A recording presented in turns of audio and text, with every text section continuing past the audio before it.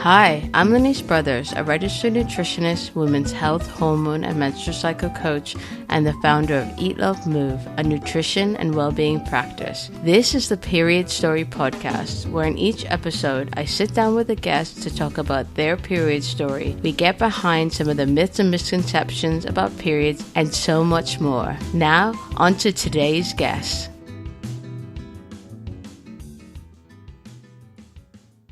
On today's episode, we have Jasmin Harsono.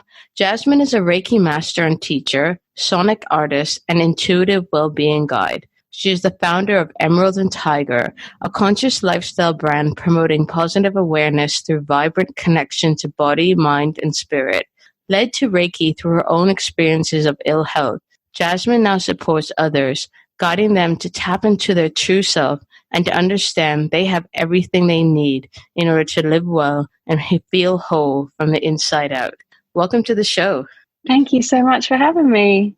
So this is a question I always start every podcast off with. Tell me about the story of your very first period. Well, I remember it was my first year in secondary school. So I was aged 11, and I remember that morning before going to school feeling, a little bit off, had pains and sensations that I hadn't really felt before.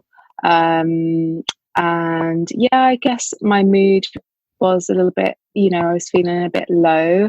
And then I went to school, and then after school, I remember rushing all the way home and dying to go to the toilet. And I thought, what's going on? I had these cramps and stuff, and I went to the toilet. I went to my grandma's house, my nana, and I went to the bathroom, and it was my first bleed, discovered my first bleed. So I remember it quite vividly, and kind of very instantly feeling a kind of a shame attached to it. I don't know why, but it was just, like, what's going on? I'm bleeding. It just felt very unnatural, my first bleed. And I felt very shy about it. And I didn't really discuss it with my family as such, not that I can recall. And we didn't really have talks about it that much before either. So it was quite, it was just kind of a weird thing to happen. But that's what I recall from my first period. So if you didn't discuss it with your family beforehand, how did you know what it was? I had heard about it through conversation, and I've got two sisters who are older than me. So it's not that it wasn't unheard of, but when you just don't know that knowing or feeling of what it's going to be like yourself. And it wasn't a conversation that we'd have in the house, like a sit down conversation, but obviously it was going on, and I'd seen sanitary wear and stuff like that around the house. So I was aware of what I had to wear for my period and those kind of things, but it was just not something that we would sit down and discuss as a family. And at school, there was a little bit of education in school and conversations in friendship circles. So it was kind of, that's how I knew about it. So you when you had your first period, did you go to your sisters and say, like, I need a tampon or I need a pad? No, I can't actually remember where I got my sanitary wear from, but I don't recall going to anyone. Maybe we had some around the house, I would imagine, because I had, my mum, my two sisters. So I'm pretty sure there would probably be some sanitary wear around the house. Okay. And so you went and you kind of figured it out on your own. And at what point did your mom or your sisters discover that you had your first period? I actually don't remember the conversation that I had. Probably because it may have been a passing conversation. My mum had 5 children, so it was probably not something that I felt called to discuss. As I said, I was feeling a little bit, strange about it as well. So I probably internalized a lot of that and just got on with things. And that's kind of what I remember with my period, just getting on with things and kind of just dealing with it on a monthly basis. Where do you think that Because you've mentioned a couple words that are quite interesting and actually kind of thread through a lot of the conversations I've had on this podcast. You've mentioned shame, shyness, feeling strange. Like if you think back now, where do you think those feelings came from? I think through conversations in school with friends, and you know, the conversations that we had around periods was always like, it was, periods were gross, almost like it was like, oh no, you know, you've got your period. There wasn't really an empowered message behind having a period. It was more like blood is yucky, you know, it was that kind of thing. Your smell, you know, that, you know, those kind of things, and I had that kind of connection to it, and I suppose I attached to that kind of trail of thought for so long, and that's kind of what I thought about periods. So every time that it would come, it was kind of like, oh no, here's my period, and here's like a couple of days of really sort of embarrassing moments to come, almost. So that's how I felt about it. So you think all of your friends at school felt embarrassed about their period? Pretty much the conversations that I had, and embarrassment, or that, you know, it just wasn't, you know, when you're on your period, it's kind of like not a great kind of few days. So no one tend to enjoy their period or embrace it. Do you think that's changed for you? 100%. I mean, that was a very long time ago. I'm 38 now. So I've been on such a journey with my periods, my menstrual health and well-being.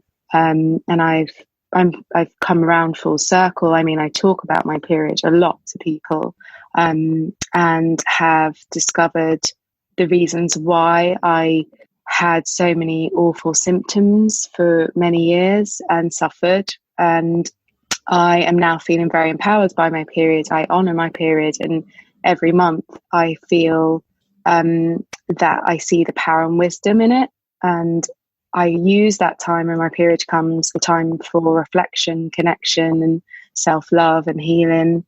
So for me, it's completely different. Before, I used to absolutely, you know, avoid any sort of period talk or really feel disconnected from it, and now it's kind of a time to honor and embrace. What created that shift in you to go from almost this embarrassment and shame to the other end of the spectrum, feeling really empowered and honoring your period? Definitely through knowledge and education, my own curiosity. I suffered with chronic pain from my periods. It would last pre, during, and post.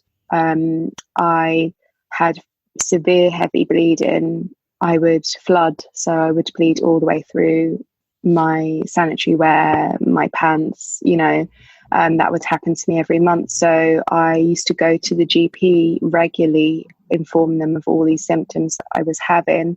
And it came to a point where I really wanted to know why this was happening to me, because the more conversations I was having with other people, I realized actually my period wasn't the same as other people. Theirs were shorter, mine were longer, my periods were heavier, theirs weren't so heavy. So there was lots of things I was like, okay, mine's not the same. And I think through my own curiosity that I kind of began to really learn about myself, and that was in itself kind of empowering. So how long do you think this journey took for you? Years and years. I went back and forth. So I got my period at 11. I pretty much got the symptoms of kind of heavy bleeds, chronic pain straight away, and I lived through that for years, until I was in my late 20s. So I couldn't go on the pill or anything like that, because it caused me severe migraine. So I had to really go through this cycle every month. And I had very long periods. They would be like around 10 days of heavy bleeding. And I couldn't get any answers. I had tests done, and it was kind of like, this is what periods are like. That's what I was told. And I kept thinking, this is not it.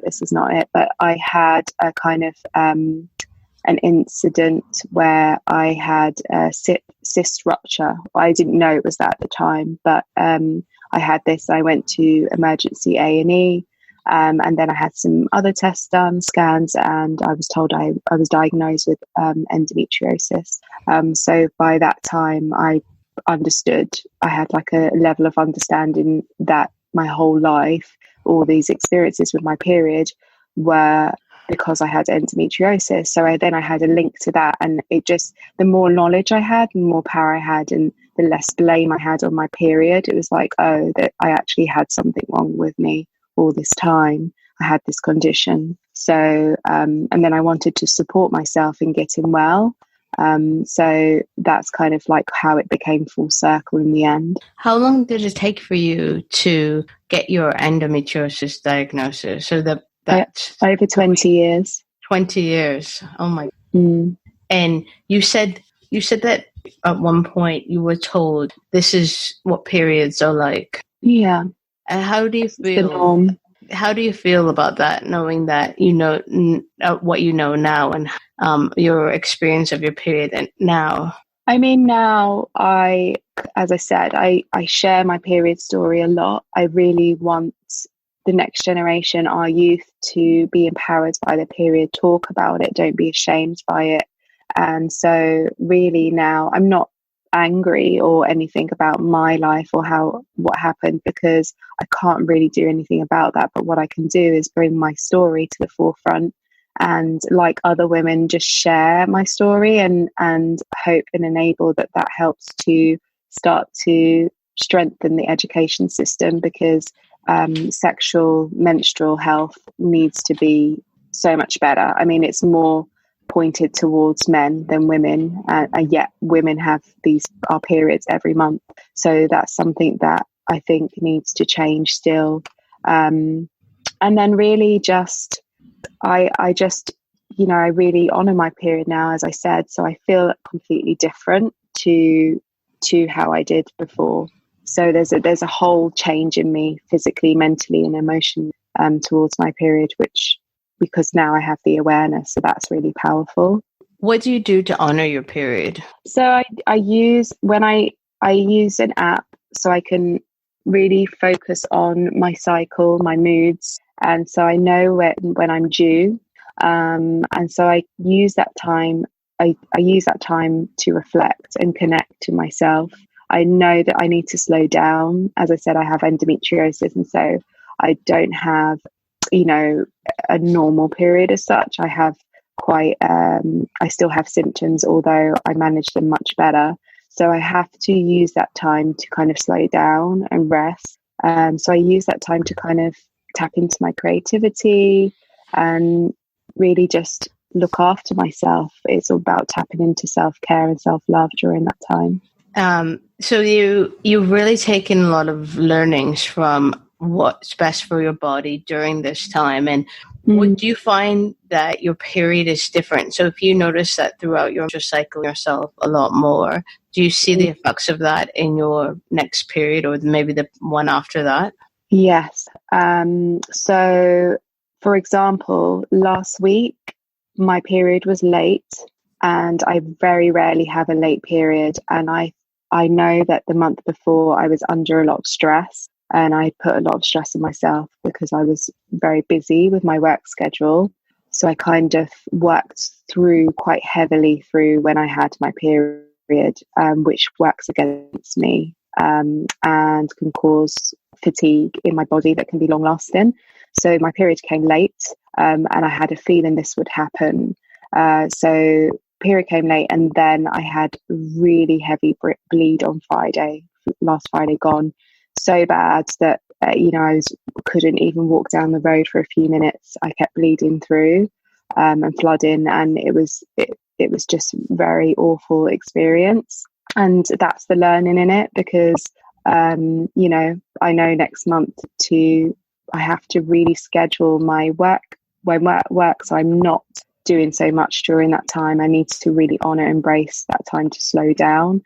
That is the part of the month for me personally that I need to slow down and not do so much, so that I can honor the bleed that's happening and just allow myself to take some time out.